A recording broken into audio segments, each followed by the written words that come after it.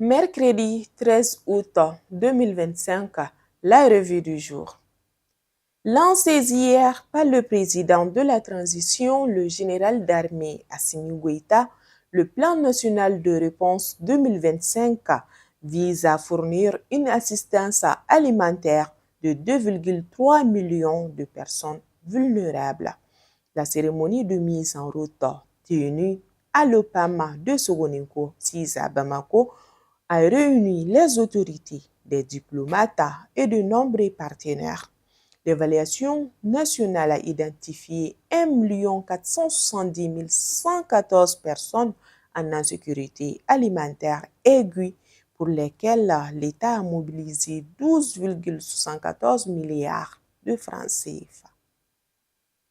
Convoqué une première fois le 1er août, l'ancien Premier ministre Dr Choguel Koukalameiga a de nouveau été entendu hier par la brigade du pôle national économique et financier, puis placé en garde à vue.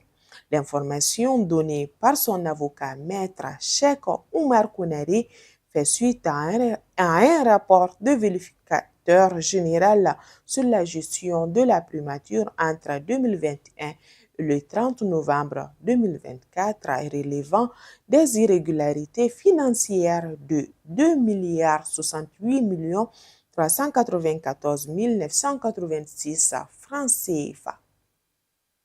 Le combat pour la démocratie et le multipartisme dans notre pays vient de perdre l'un de ses porte-voix.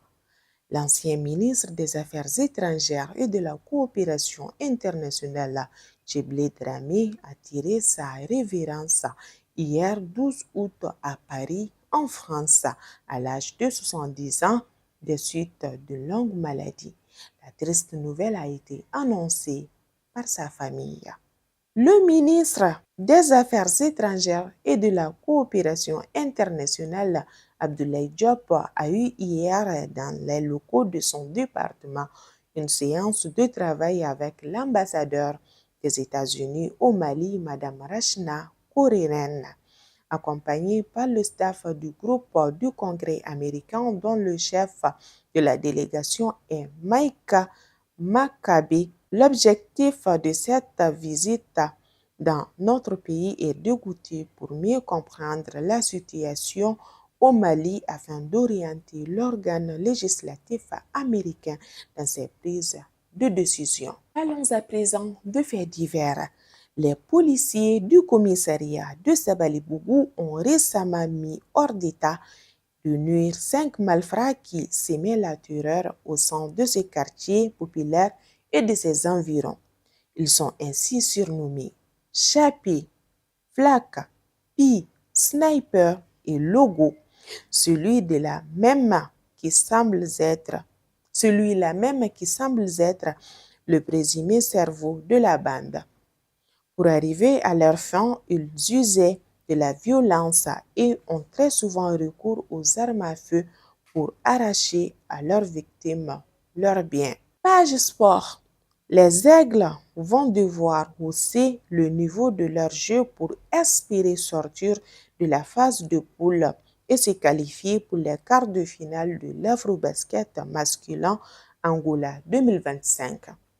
C'est le moins que l'on puisse dire après la lourde défaite des hommes du technicien Al-Hadji Diko hier en ouverture de la compétition face au Pharaon d'Égypte.